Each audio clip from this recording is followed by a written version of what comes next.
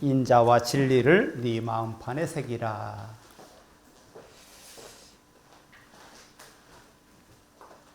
하나님께서 우리에게 하나님의 말씀을 주시면서 그 말씀을 너희의 마음판에 새기라고 말씀하십니다. 첫째, 너는 범사의 여호와를 인정하라. 오늘 성경 말씀에 여호와를 범사에 인정해라. 범사는 뭐예요? 모든 일.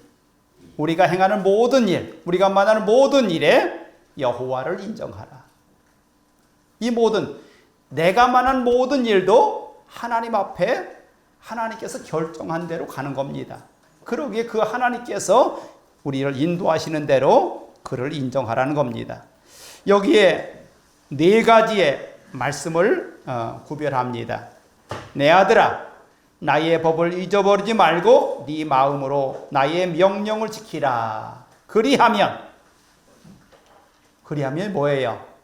위의 것을 지키면, 내 명령을 지키면 네가 장수하여 많은 해를 누리게 하며 평강을 너에게 더하시리라. 이 말씀을 십계명에서 그랬지요. 여기 이 말씀은 누가 누구한테 하는 거예요? 솔로몬 왕이 그 자녀들에게 하는 말이잖아요. 그러면 십계명 중에 5번째가 뭐였어요? 네 부모를 공경하라 했지요. 공경하는 첫 번째 조건이 바로 그 아버지의 말에 순종하는 것이겠지요. 그래서 그 말씀과 또 연결이 됩니다. 네가 장수하여 많은 해를 누리게 하며 평강을 더하게 하시리라.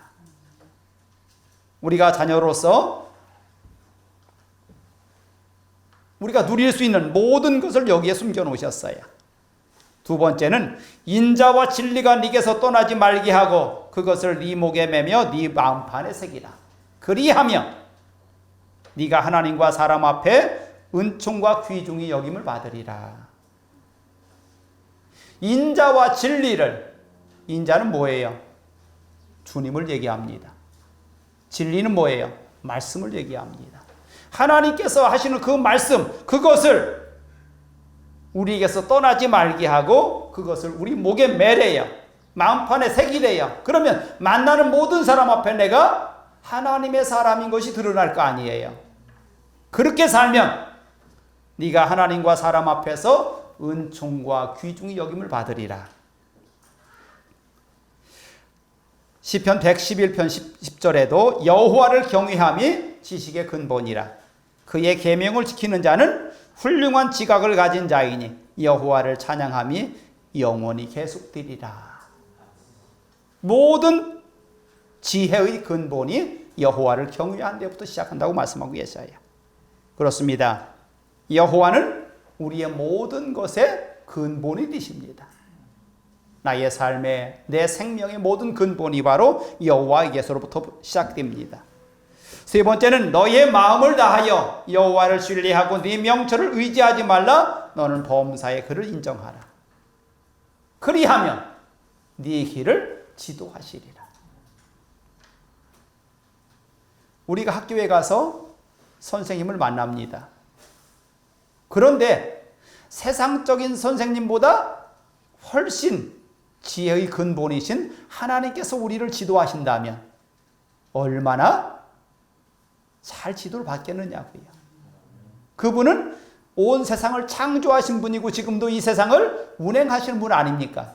그분께서 우리를 지도하신다면 완전할 거 아니에요. 네 길을 지도하시리라. 네 번째 이야기는 스스로 지혜롭게 여기지 말라. 여호와를 경외하며 악을 떠날지어다. 그리하면 네 몸에 양약이 되어 네 골수를 윤택하게 하리라. 양약이 된대요. 무슨 약이요? 우리의 골수까지 건강하게 하는 약이 된대요. 뭐 하면요?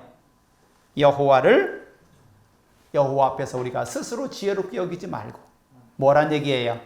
겸손하라. 예수님께서 오셔서 이룬 게 뭐예요? 온유하고 겸손함이잖아요. 죽기까지 순종함이잖아요. 그것을 이루는 거 아닙니까? 하나님의 명령이기에 목숨까지 걸고 십자가에 올라가지 않습니까?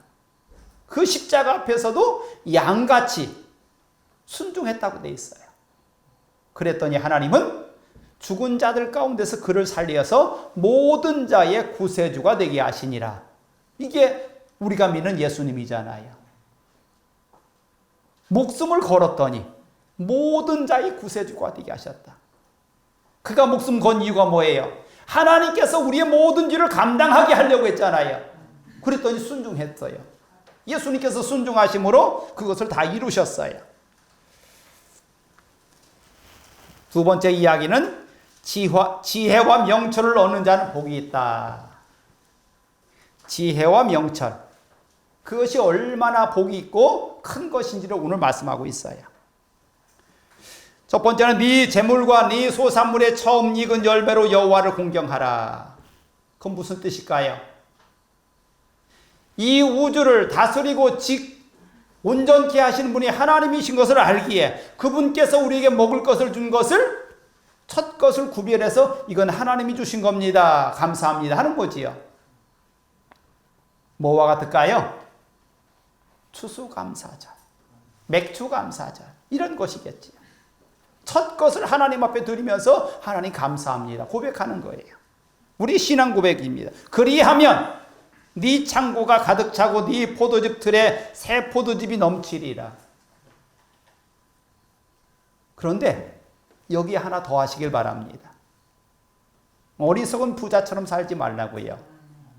많은 것을 쌓아놨는데 또 풍년이 들어서 쌓을 곳이 없어서 창고를 또 지었어요.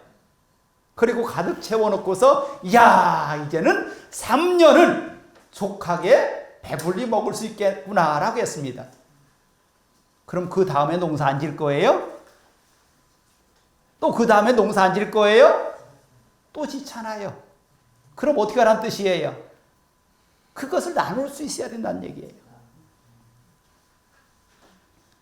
여러분들 유대인들 온 세계 사람들이 야 저들은 왜 저렇게 잘 살까? 의아합니다. 그런데 의아할 이유가 없어요. 저들에게 그렇게 살아야 될 이유가 있어요. 그걸 우리는 찾아야 돼요. 그 어리석은 부자가 많은 걸 쌓아놓고서 3년은 족하게 놀고 먹을 수 있겠다고 할 때에 하나님 뭐라 그래요? 네 영혼을 오늘 내가 데려간다면 그것이 누구 것이 되겠느냐라고 말씀하잖아요. 우리는 여기까지 가시길 바랍니다. 두 번째는 내 아들아 여호와의 징계를 경히 여기지 말라. 그의 꾸지람을 싫어하지 말라.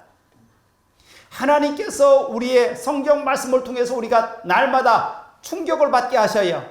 그것을 경히 여기지 말래요.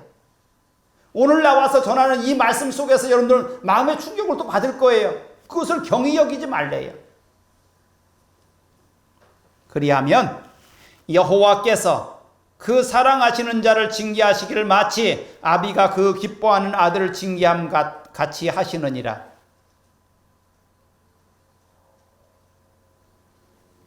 자식이 귀여우면 오냐오냐 하게 되지요. 그것은 그의 앞길을 막는 길입니다.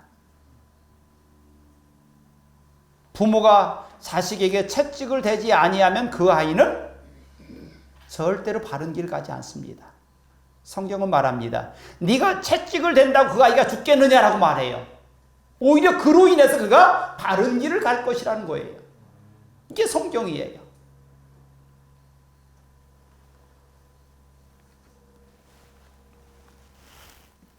세 번째는 지혜를 얻는 자와 명철을 얻는 자는 복이 있나니 그 지혜를 얻는 것이 은을 얻는 것보다 낫고 그 이익이 정금보다 나음이니라.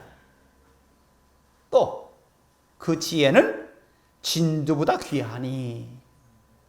그럼 우리가 세상에서 귀하다고 한 것을 다 지금 여기 헤아리고 있어요. 이 성경이 기록될 때는 다이아몬드는 나오지 않은 것 같아요. 그때 당시 다이아몬드가 발견했다면 여기 다이아몬드까지 얘기했을 것 같아요.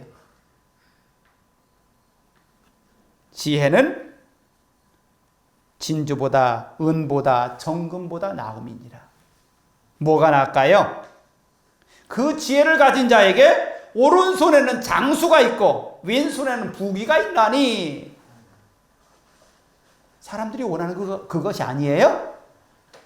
장수하고 부귀를 얻는 것이 우리 사람들이 목적하는 거잖아요. 그 모든 것이 하나님께서 허락하신 그 지혜에 있대요. 그럼 그 지혜를 우리는 잘 받을 수 있기를 바랍니다. 이게 하나님의 말씀을 내가 받을 수 있느냐 없느냐에 따라서 달라지는 거예요. 지혜의 근본이 하나님이라면 하나님의 말씀을 내 속에 수용할 수 있어야 돼요. 그래야 그것으로 인해서 얻는 모든 이익을 얻을 수 있다고요. 그 길은 즐거운 길이요 그의 지름길은 다 평강이니라. 지혜는 그 얻은 자에게 생명나무라. 지혜를 가진 자는 복되도다. 생명나무라.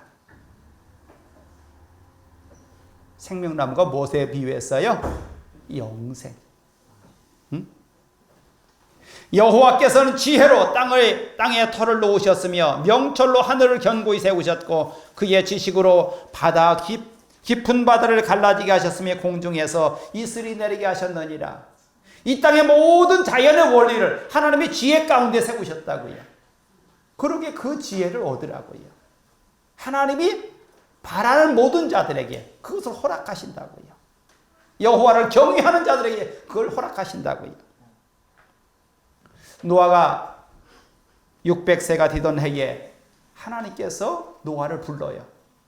노아야, 너는 저 산 꼭대기 가서 배를 지어라 하면서 설계도까지 줘요. 그런데 그 배는 그냥 몇 사람이 탈 수 있는 배가 아니에요. 그런 배는 그 당시에 만들어진 적도 없어요. 그런데 하나님 만들으래요.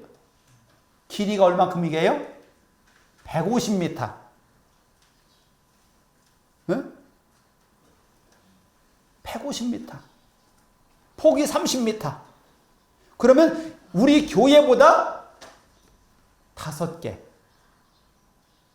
5개는 붙여야 돼요. 그것도 산축 높이로 만들래요. 왜 그렇게 많은 큰 배가 필요했어요? 하나님께서 창조하신 모든 비밀을 거기에 가두기 위해서, 지키기 위해서. 그런데 그는 그 말씀에 순종해요.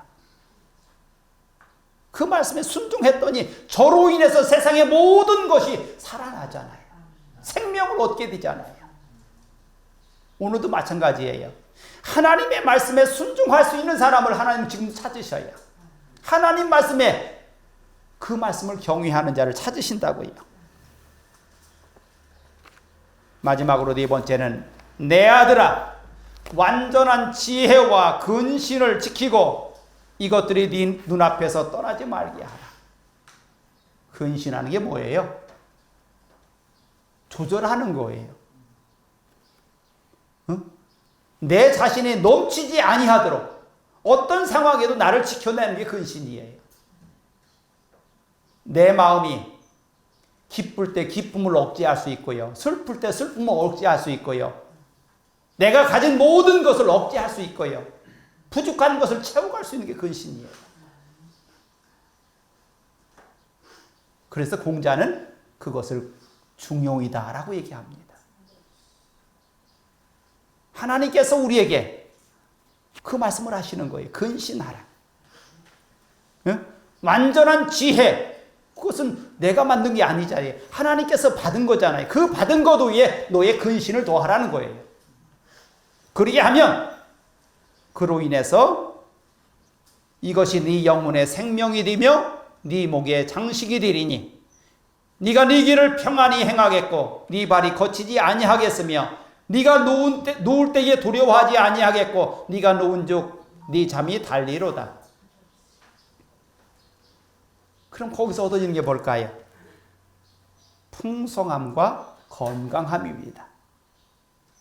하나님께서 우리에게 완전한 하나님의 지혜를 품고 거기에 네 근신을 더하면 이 땅에서 우리가 누릴 수 있는 모든 것을 허락하시겠다는 말씀이에요.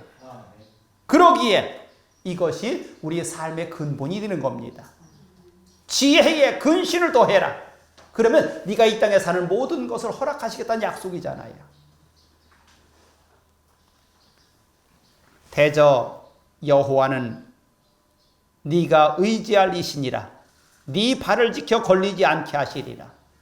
하나님께서 그런 삶을 사는 우리에게 우리가 앞에 걸려 넘어질 만한 모든 것을 다 해결하시겠다는 거예요.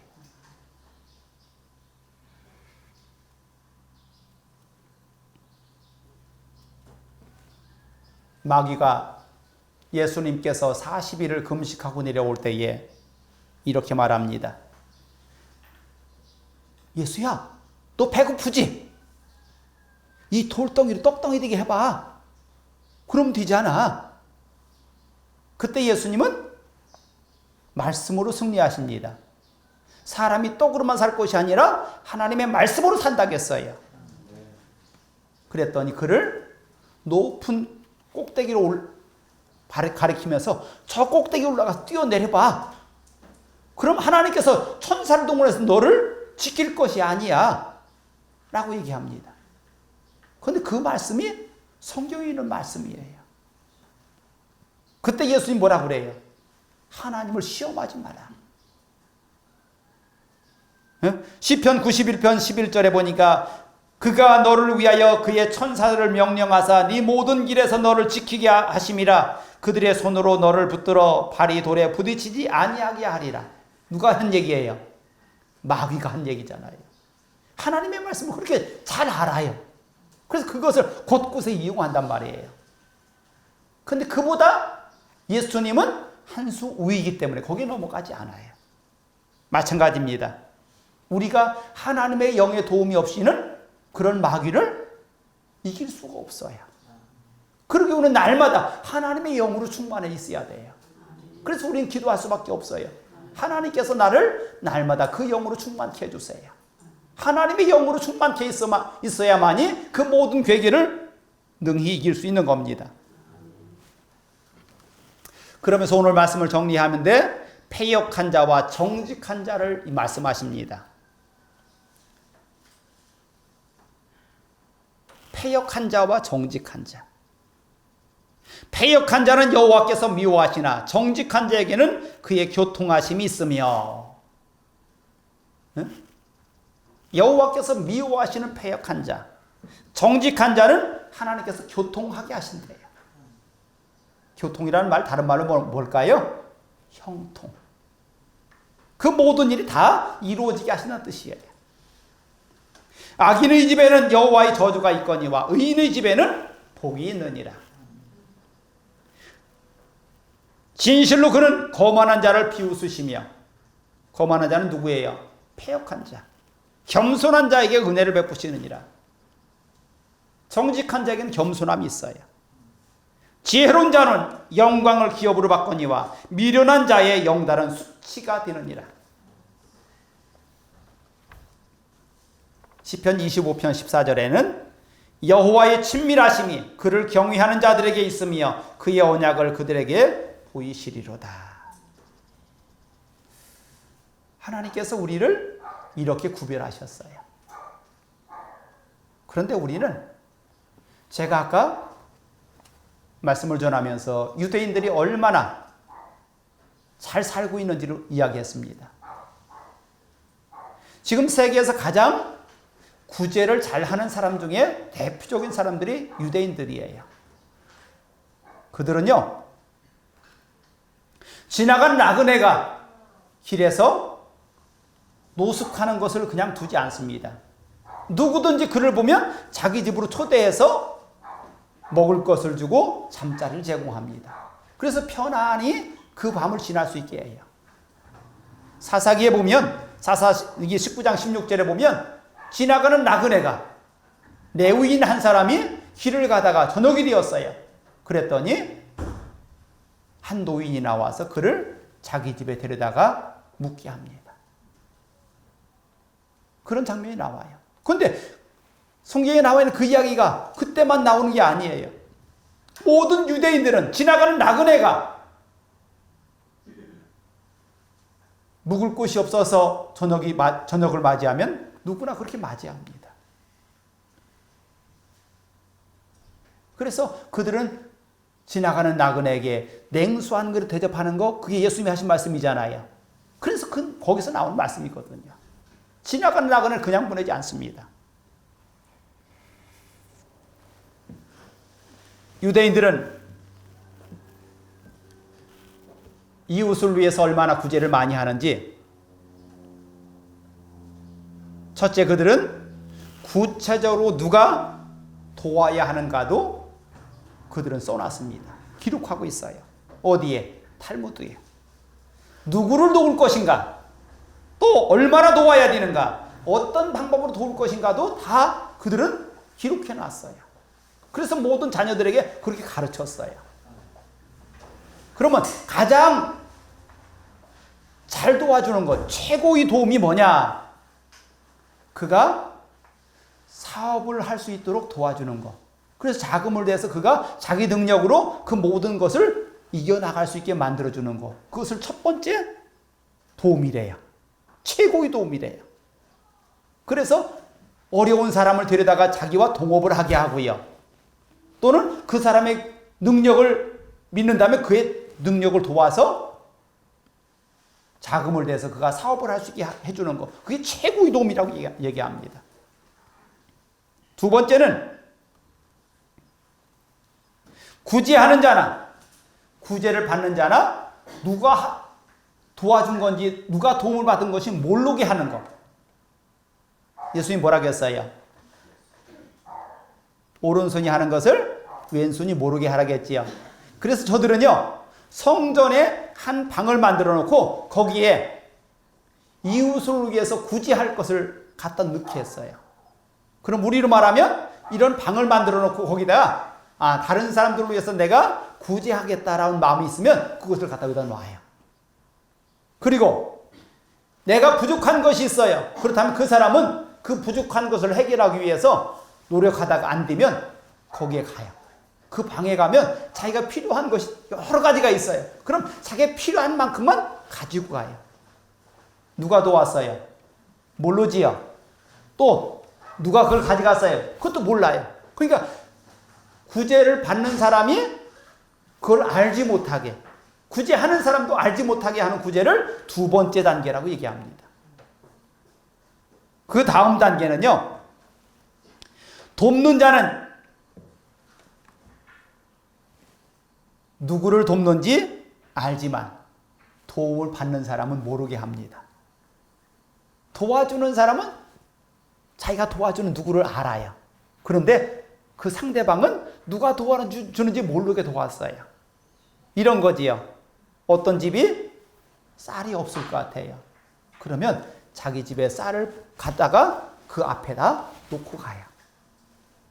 또는 명절이 됐는데 그 집은 고기를 못 사 먹어요. 그럼 고기 한 그릇 끊어다가 그 앞에다 걸어놓고 가요. 신발을 신고 다니는 거 보니까 운동화 다 떨어졌어. 그러면 내가 다 가서 운동화를 사다가 그 앞에 놓고 가요. 이렇게 해서 도와주는 사람은 알되 도움을 받는 사람은 모르게 하는 거예요. 왜 그럴까요? 그것이 상처가 될까 봐. 응? 그 사람의 도움이 필요한데 그 도움을 이야기하지 않고 사람들에게 노출되지 않게 그렇게 하는 겁니다.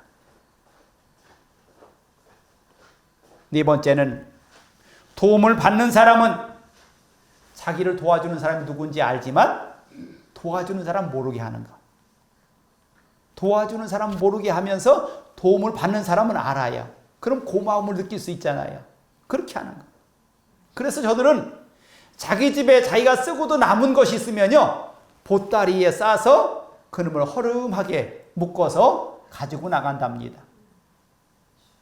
그럼 그것을 어느 곳에 놓던지 들고 다니면 저 사람이 저것을 다른 사람들에게 주려고 하는구나 라는 걸 알아요. 그리고 그 사람이 그 자리를 비키면 그 자리에 와서 그것을 가져간답니다. 누가 가져가는지 모르게 다른 사람들이 가져갈 수 있게 그렇게 은혜를 베푸는 거예요. 그리고 다섯 번째는 도움을 받아서, 도움을 주는 것보다는 도움을 받지 않은 상태에서 그 사람에게 필요한 것을 주는 겁니다. 저 사람에게 지금 이것이 없을 것 같다 라고 생각하고서 도움을 주는 거예요. 도움을 달라고 하기 전에, 도움을 달라고 하는 거 쉽지 않잖아요. 그런 말을 하기 전에 도와주는 거예요. 여섯 번째는 어려운 사람의 요청을 받고 직접 도와주는 단계가 여섯 번째랍니다. 일곱 번째는 도와달라고 하는 그 양보다 적게 도와주는 거. 도와주기는 하되 다 도와주지 않는 거. 그게 일곱 번째랍니다. 마지막은 뭘까요, 그럼? 도와주되 기쁨으로 하지 않는 것을 마지막 단계라고 합니다. 기꺼이 도와주지 못하고 마지 못해서 도와주는 것. 그것만 해도 잘하는 거잖아요. 근데 그것이 저들에게는 가장 마지막 여덟 번째 도와주는 은혜랍니다. 그러면 이런 모습이 저들에게 기록해서 남겨서 자식들에게 가르칠 정도라면 저희들의 삶 속에 그런 모습이 지금 계속 흐르고 있다는 뜻이 아닙니까? 제가 유대인들에 대해서 이야기한 것이 기억이 나요. 여러분들에게 이 지구상에 있는 모든 돈의 약 70%를 유대인들이 쥐고 있다고 했어요. 그게 우연이 아니라는 거. 성경은 뭐라 합니까? 이웃을 잘 도와줄 수 있는 거. 그런 마음을 가졌기에 하나님께서 거기에 더하신 게 아닐까요? 우리나라 가장 못 살던 나라 중에서 가장 지금 잘 사는 나라 중에 들어갔어요. 얼마나 잘 산다고요? 지구상에 60억 명 중에서 10억 안에 들어가 있어요. 10억 명 안에 들어가 있어, 우리가.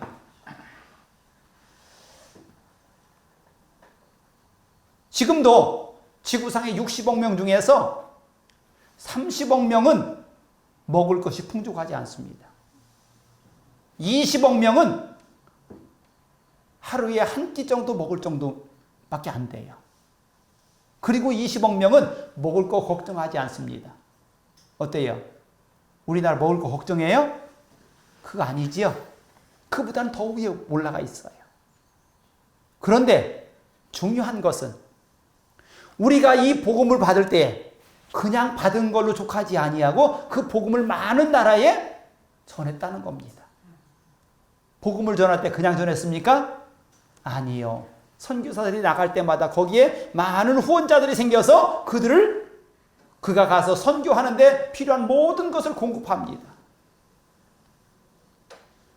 그러기에 온 세상을 향해서 우리가 도움을 줄 수 있었기에 하나님은 여기에 복을 더한 줄 믿습니다. 제가 여러분들 이런 기도하자고 말씀드렸잖아요. 우리나라가 이 땅끝까지 복음을 전하는 그 일에 손이 끊어지지 않게 해달라고. 더 많은 사람들이 거기에 동참해서 온 세상을 향해서 복음을 선포할 수 있게 또 많은 사람을 도울 수 있는 길을 만들어 달라고 기도하자고 제가 여러분들에게 권면하고 있습니다. 그렇습니다. 하나님은 많이 가진 자를 축복하는 것이 아니라 많은 것을 나눌 수 있는 자를 축복하고 계셔요. 제가 말씀드리지 않습니까? 우리는 하나님께서 복을 주신 이유는 그 복을 많은 사람에게 유통하기 위해서라고요. 많은 사람들을 이롭게 할 수 있는 우리 영성인들 되길 바랍니다. 그래서 우리들이 가는 곳마다 많은 사람들에게 소망이 있고요. 많은 사람들에게 기쁨이 있길 바랍니다. 그렇다면 하나님께서 우리를 더 아름답게 사용할 줄 믿습니다. 하나님께서 우리에게 많은 것을 더하셔서 그것을 가지고 많은 일을 감당할 수 있을 때 하나님은 더 기뻐 우리에게 더하실 줄 믿습니다. 유대인들이 그 많은 것을 나누어서 많은 사람들을 이롭게 한 것처럼 여러분들 10의 1조를 여러분들은 뭐라고 생각하십니까? 10 중에 하나를 구별하는 게 11조지 않습니까? 근데 유대인들은요 10의 2를 구별합니다. 10의 1은 성전에 드리고요 10의 1은 또 이웃을 위해서 베풉니다. 얼마큼 베푸냐고요? 3년에 한 번 농사 짓는 것은 이웃을 위해서 베푼다고 되어 있어요. 그거 적은 거 아니잖아요. 응? 해마다 농사를 지어서 10의 1은 하나님께 드리고 10의 1은 이웃을 위해서 베풀었어요. 그리고도 7년 일이면 농사를 짓지 않아요. 그리고 거기에 매달린 것들을 이웃들이 와서 먹게 해요. 그렇게 이웃을 도왔어요. 3년마다 이웃을 위해서 잔치를 배설했고요. 7년마다 그들이 먹을 것을 자기 집에, 자기 땅에 와서 거두어가게 했어요. 이게 이스라엘 백성들이에요. 그러기에 하나님은 그들 속에 그 하나님의 말씀에 순종하는 그들의 모습을 보았기에 하나님은 더하시고 더하시고 또 더하신 거예요. 이것이 현재의 모습이라고 저는 생각합니다. 하나님께서 이 나라 이 민족을 지금까지 사랑하신 것은 우리가 땅끝까지 복음을 전하기 위해서 애쓴 모습을 보셨기 때문에 그렇습니다. 우리가 멀리 외국에도 그런 모습을 해야 되겠지만 우리는 가까운 이웃에게도 이런 모습으로 섬길 수 있길 바랍니다. 그렇다면 하나님께서 우리의 모든 삶을 더욱 기름지게 하셔서 그런 것을 다 감당할 수 있게 할 줄 믿습니다. 기도합니다. 하나님은 우리에게 인자와 진리를 더하라고 말씀하십니다. 하나님의 말씀을 품게 하시고 하나님의 지혜를 품어서 세상의 모든 원리가 하나님께 있음을 알게 하시고 그것을 가지고 세상을 아름답게 만들어갈 수 있도록 주님 도와주시옵소서. 나는 부족하지만 하나님의 손에 붙잡혀 쓰임받는 아름다운 영성인들 되게 하여 주시옵소서. 예수의 이름으로 기도하였습니다. 아멘.